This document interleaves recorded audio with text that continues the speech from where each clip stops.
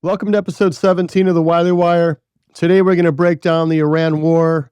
We're going to ask the question, who are the Kurds and how are they going to be helping America? In another segment, we're going to go over the fraud that's been exposed in Minnesota. Some people have been arrested, and Tim Walz is on the hot seat. We'll get into that. And also the WBC baseball tournament starts. We're going to cover that and kind of get our take on, is it the same as the Olympics, or does it seem like a more serious spring training tournament? We'll break that down. Also, the passing of Lou Holtz and our WTF segment, we're going to ask about the abundance of college advertising that goes on TV. Welcome to the Wiley Wire.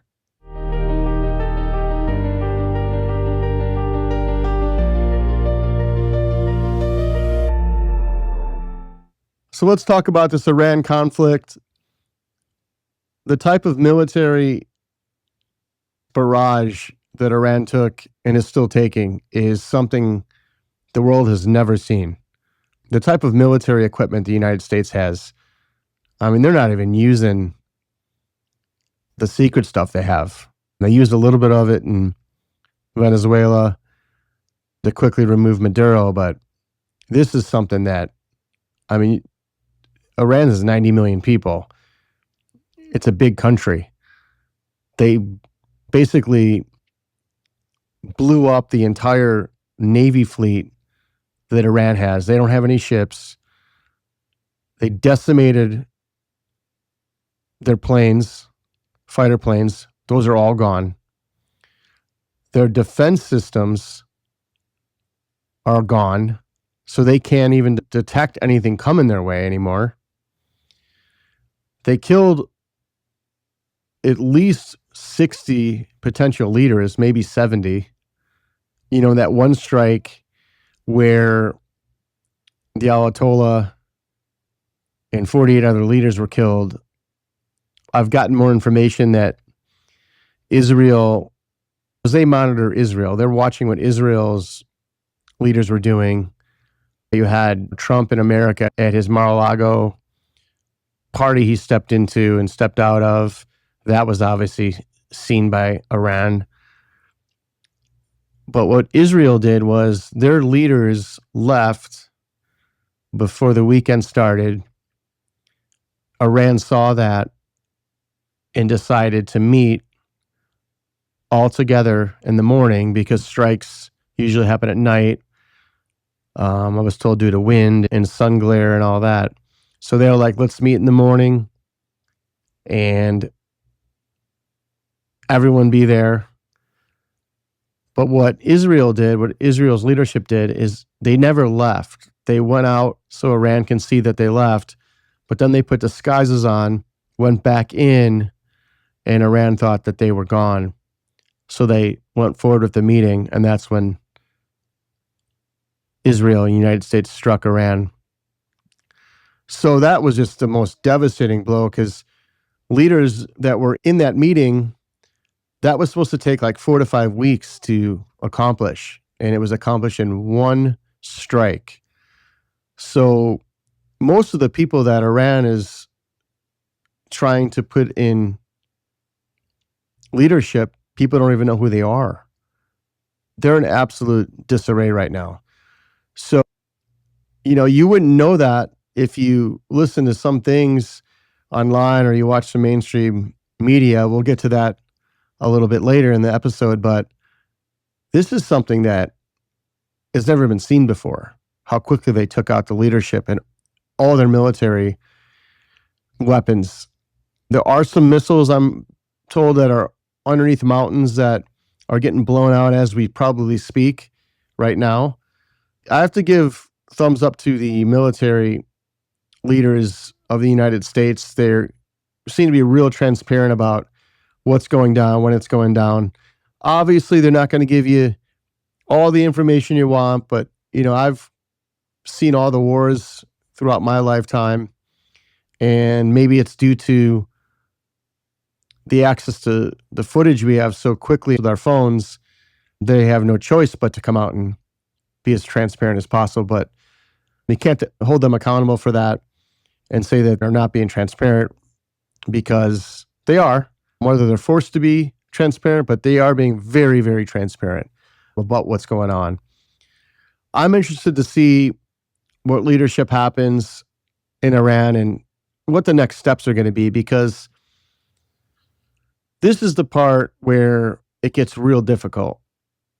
What's the next move once we dismantle everything that Iran has to fight? It's going to be chaos. It already is chaos. They don't have a leader, but most of the population wants freedom. They want a leader in Iran that is fair and safe, and they let, women be women and just give ultimate freedom to people. And that's the type of leader that President Trump said he wants to put in, and he has come out and said he will have a final say in who the leader is going to be. He called the Ayatollah's son lightweight. That is not going to be an option.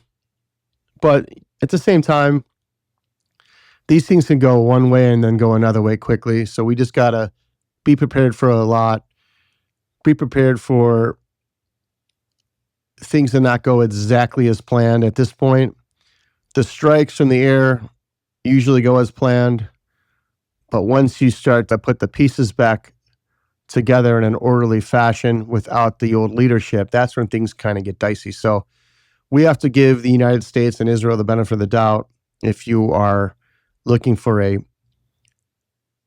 somewhat smooth transition for Iran to become a sovereign nation for its people. And we'll be back in our next segment. We're going to ask the question, who are the Kurds? How have they helped us in the past?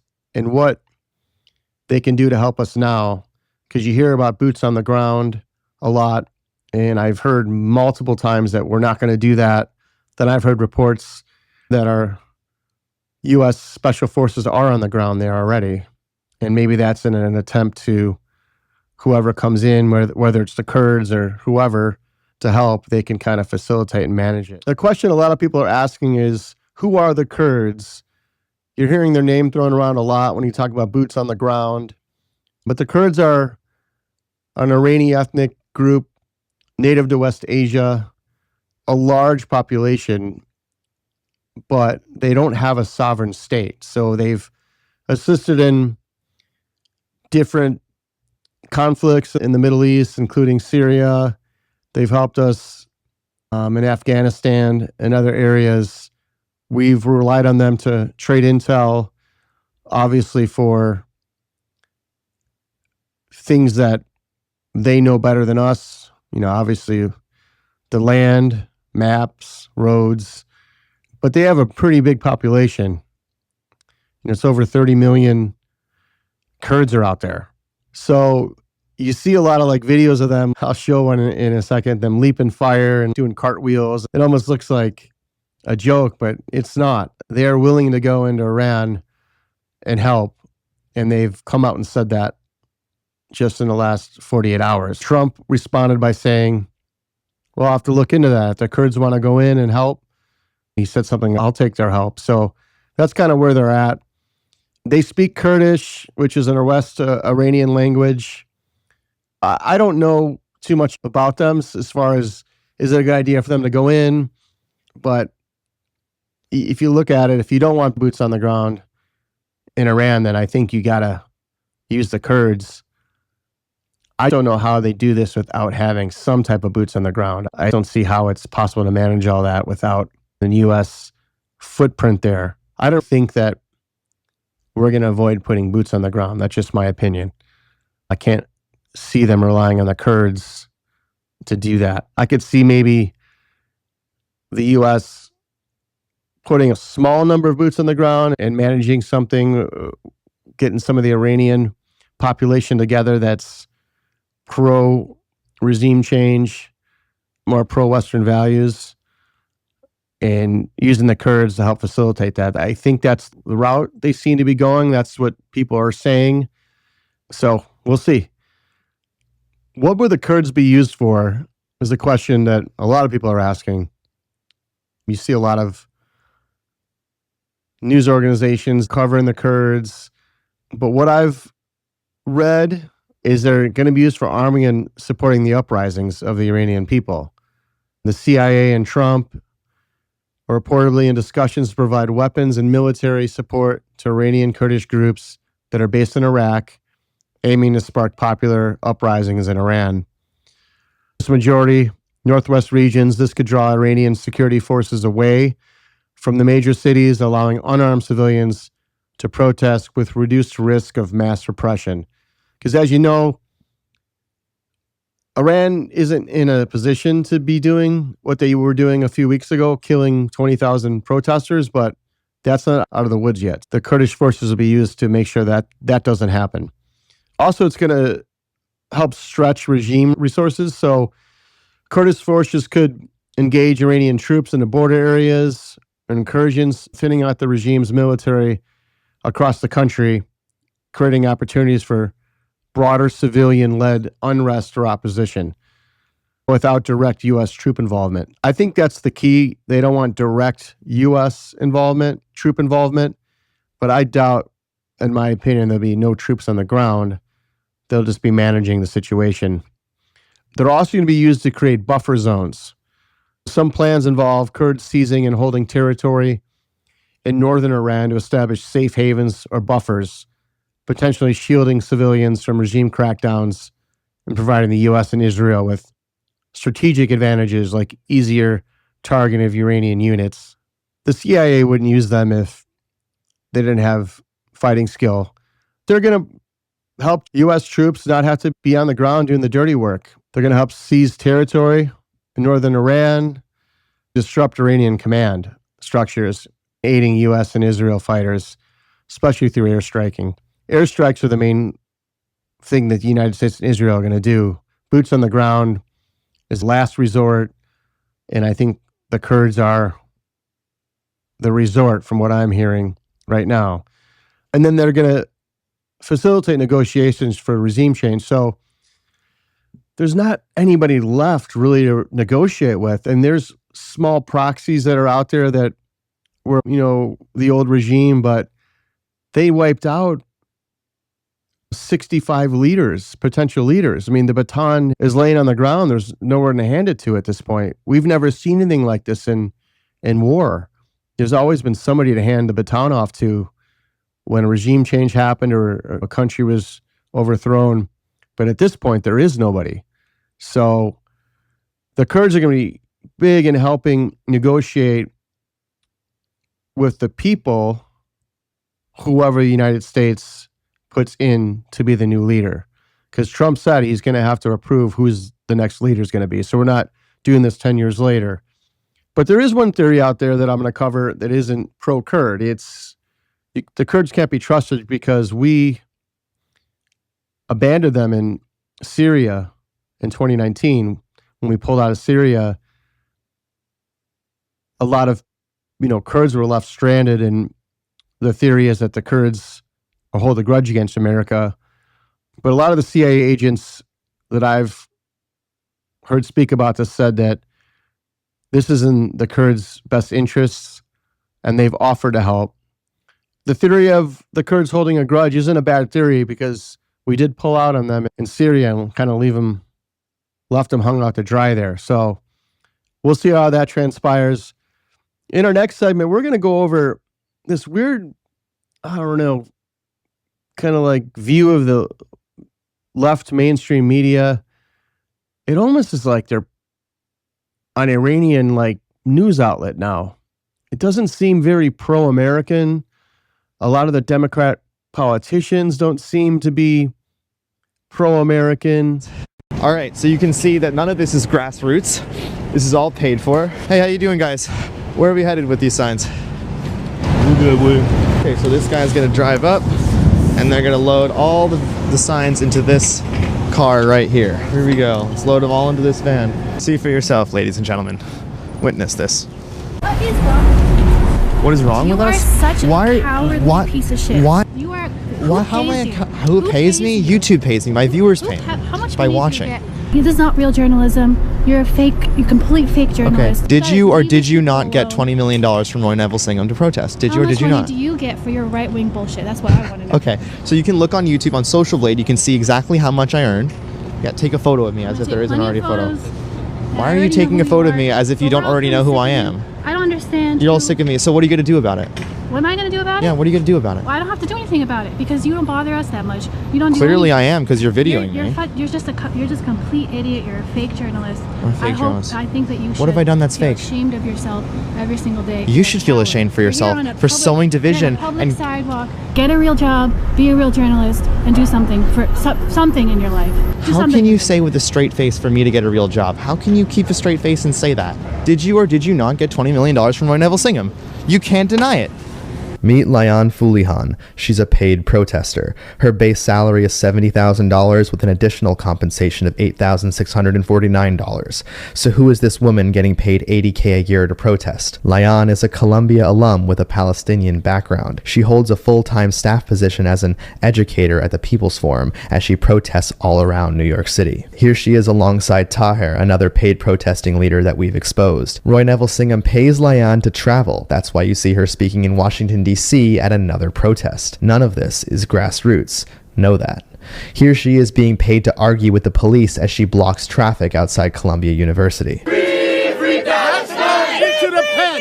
You gotta go in the pen. You are blocking pedestrian traffic. You are blocking pedestrian. Here she is again with Taher alongside Mahmoud Khalil. When she's arrested, Singham is there to bail her out. You can see the People's Forum announced that her and David Chung, another paid protester who gets paid $75,000 a year to protest. After seeing that video, that's an independent journalist, YouTuber, who's just decimated this movement. The paid protesters, I've talked about this in multiple episodes, but some of these people in the video make over $75,000 a year. It's a lot of money. And it doesn't matter the cause. They go for the protest. And he's got pictures of them just hauling out the same sign all over. I mean, they're professionally done. This is an organization. I'm not a protester, so I've never went on a protest, but I feel like protesting is kind of like going to like a baseball game or a sports game. Nobody in the crowd's going to have the same sign. Everyone kind of goes home. They get the poster board. They draw the Go Cubs or whatever, and they write something on there, but nobody has the same sign. That's like going to a game. You're cheering for the same team. Your unified goal is for that team to win. If you went to a Cubs game and there's 40,000 people in the stands and call it 20,000 have the same sign, I would kind of be like, well, that's kind of weird. So this video shows you everything. It's going to be harder and harder for these groups to assemble because there's so many YouTubers out there investigating. I'm glad they are, because I said in an earlier episode, if you're pushing a narrative that might cause an uprising that's aggressive or violent, it's borderline treason. I'm just saying, it's borderline treason, in my opinion. A wide range of news, because I'm watching Fox News, Newsmax, MSNBC, CNN, BBC, and some of these news outlets that lean left, it's almost like they're watching a completely different war than what I'm seeing. It's like almost like a feeling bad for Iran and their leaders that died. And I'm not for death, but I mean, it's almost like they're a wing of the Iranian media. It's strange. It doesn't seem right, doesn't feel right when I watch it.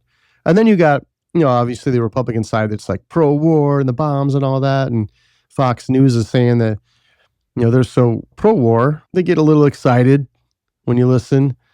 But looking at it from a 30,000-foot view, Iran's been the biggest state sponsor of terror for like ever. Even in 79 when they took all the hostages, and they just been the bad apple for so long, creating so much instability in the Middle East. I actually think this is the final counterpunch that the United States can do to finally bring complete peace to the Middle East. You'd think that the Democratic Party and some of these news organizations, doesn't matter which way you lean politically, would be happy for this, but it's almost like a vengeance of anti-Trump. It's like, then you got to think to yourself, what if a Democratic president did this? I guarantee they wouldn't be acting this way.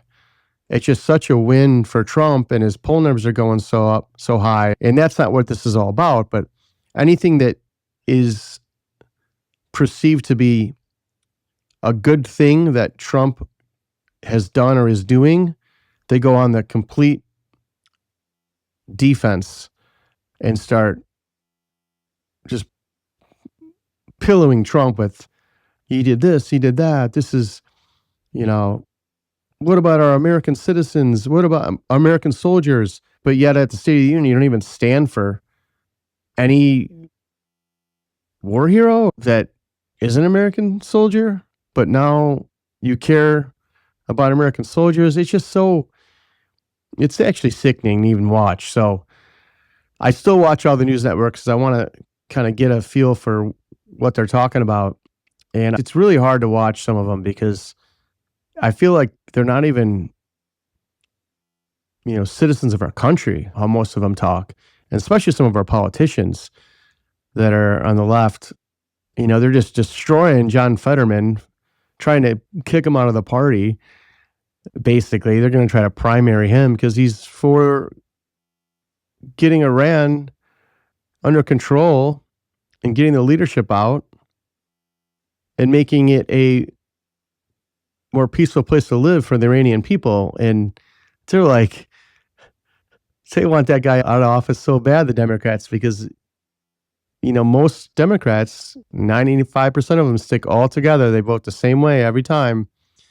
And any person that votes differently, they want out. And you can say that on the Republican side too, but it's not as bad as the Democrats. I mean, this is just getting to the point where I'm starting to question, are they traitors? Are they not even pro-United States of America?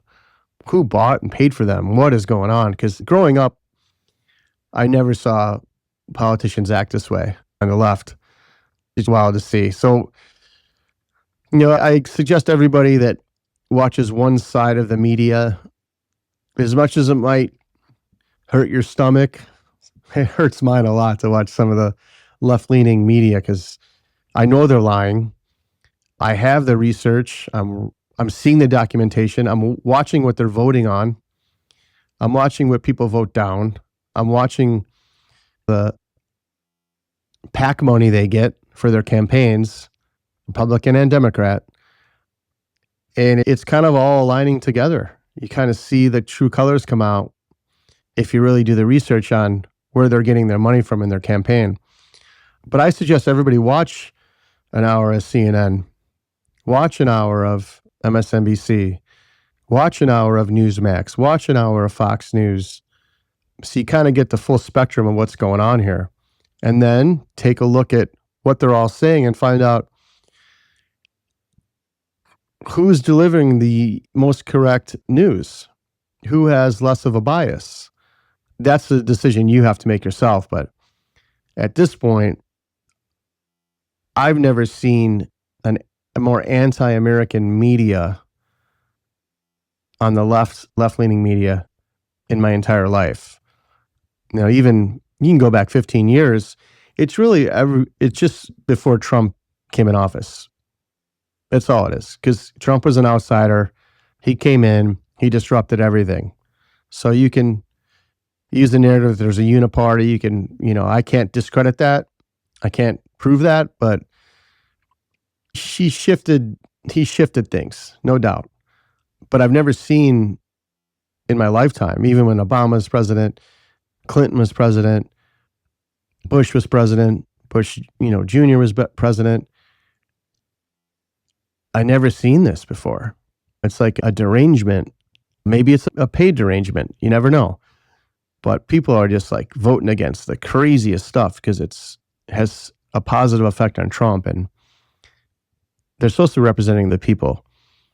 And then you look at the fraud that's going on in Minnesota, and you see Tim Walz on getting subpoenaed in Congress, and he's like a deer in headlights.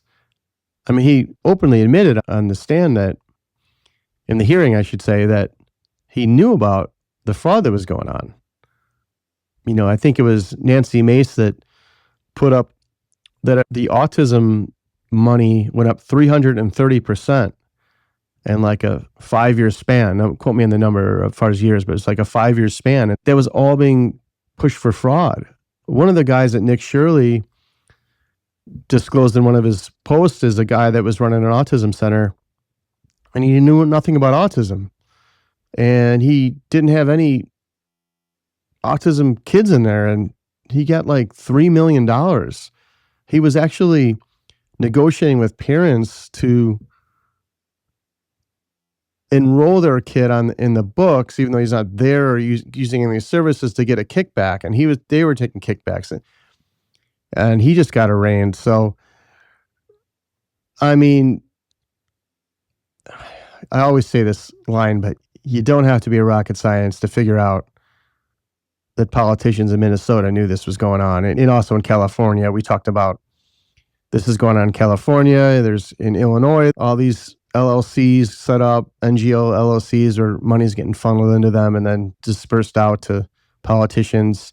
I'll let the evidence come out a little bit more, but some of these politicians in Chicago, I'm not going to name names yet, are in some serious trouble. Stuff's going to go down soon. We'll be back with our next segment. We're going to talk about sports, the WBC baseball tournament, and the unfortunate passing of Lou Holtz. What an iconic figure, college football, and just an overall great role model for young athletes and a good overall person.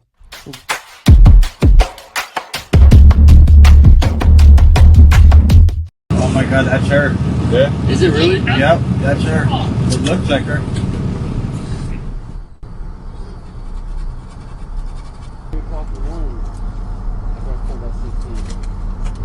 Security guard took a picture of her, and he's like looking at her.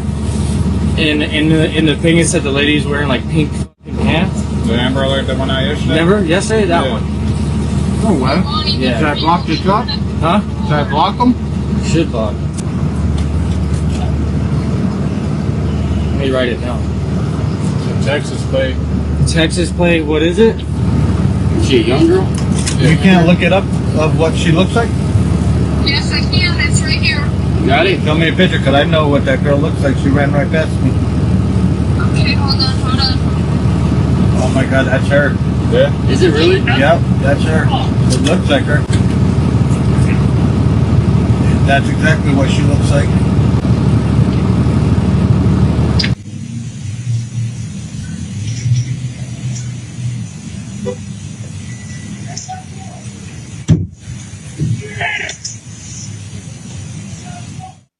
As you saw that clip rolling into the next segment here, those guys are heroes.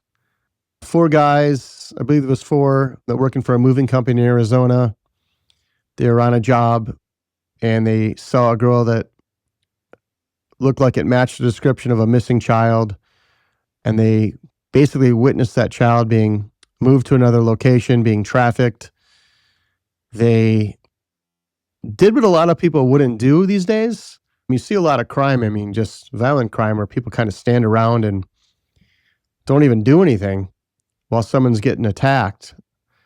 And I know 20 years ago, if someone's getting attacked on a train, 10 to 15 people on that train would come together and subdue the attacker for sure. Nowadays, people kind of mind their own business and like run, not help.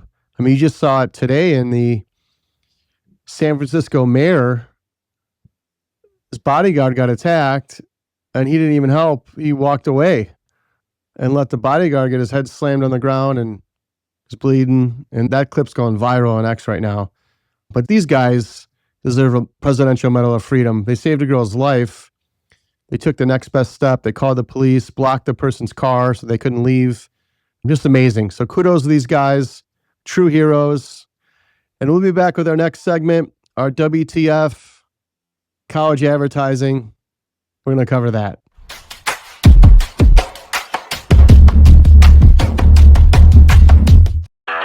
The Wiley Wire segment, where Brandon asks, "What the fuck is this?"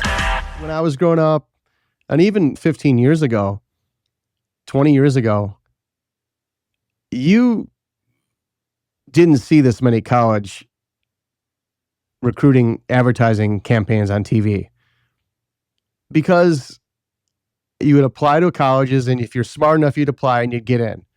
These schools would recruit based off of intelligence. And then they had the sports thing going on, which we'll talk about. So they made a ton of money off the sports.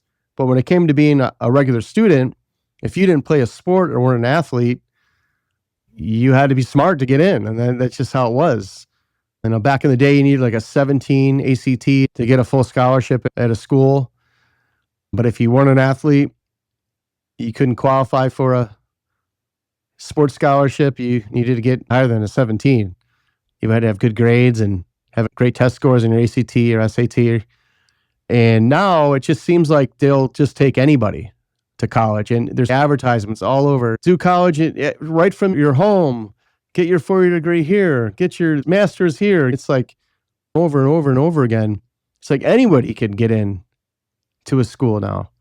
I don't care about the argument of everyone should be free to get an education. Yeah, that's true. Everyone should be free to get an education.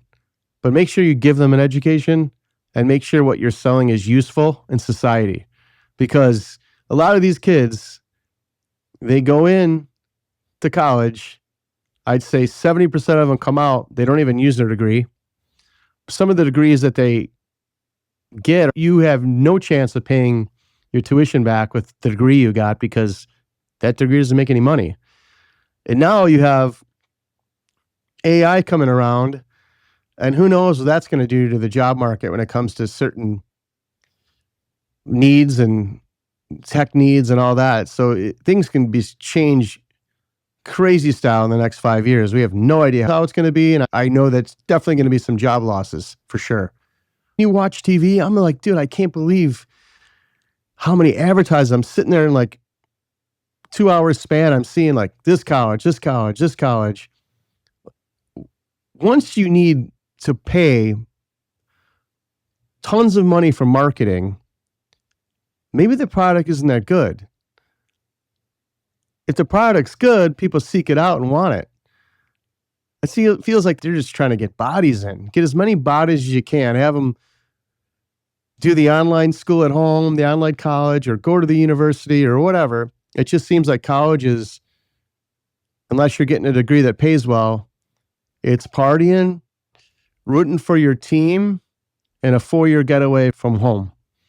And now with the job market changing, and the prices of colleges keep going up and up and up. So I don't know what's going on with this. And now they're paying the sports athletes in college. They're getting a cut. And you look at some of the money that some of these coaches get for coaching college football. Millions and millions and millions of dollars, like $20 million, like crazy. Just hopping school to school, coaching. The revenue people are making off the jerseys. And I agree, if you're a top of the line athlete and the school's just selling your jersey because, you know, you're number 7 and you should get a percentage of that, kind of like a college job. But now it's becoming like a minor league, like basketball. You got guys like playing pro ball, going back to school, then going back to pro. Something's got to give here. It's getting to the point where the education factor of college is out the window unless you're going to a super smart school, Ivy League school, and some of those are questionable with their views on the world, just to start there, are questionable for even going. But I really feel that college is just running a big business right now. And they have been for the last 15 years and just luring kids in that shouldn't probably go to college. And most of those type of kids probably don't even finish. And if they do, the degree they got is just worthless. And either way, whether they finish or not, They're in the hole money-wise, so now they have to try to pay that back. They got to get like more trade schools in, become a electrician, plumber, things we need, things that maybe AI won't be able to do. That's got to be something that the Department of Education's got to fix. But that's my rant on college advertising. I always said, if you're smart, you'll be able to go to college. If you're not, you shouldn't need an advertisement to change your mind. Like, take the military before I go on this. They need recruiting, right? They recruit because they need bodies. And that's okay. It's the military. They want the best people in the Navy, the military, the Air Force. It's just all levels. Once you get in, your IQ level, your intelligence level puts you in a certain bracket of the military. And that's like universal. The smartest people go here. The people that aren't as intelligent go here. It is what it is. I'm going to call it as it is, balls and strikes. But it seems like college has done the same thing. They need bodies. Bodies is tuition. The education doesn't matter, especially in some of the schools. Let's just get as many bodies as we can in. And these kids come out and they're pissed because they're like, I got my 4-year degree. I can't find a job. It's got to change. That's my take. That's my WTF, college advertising.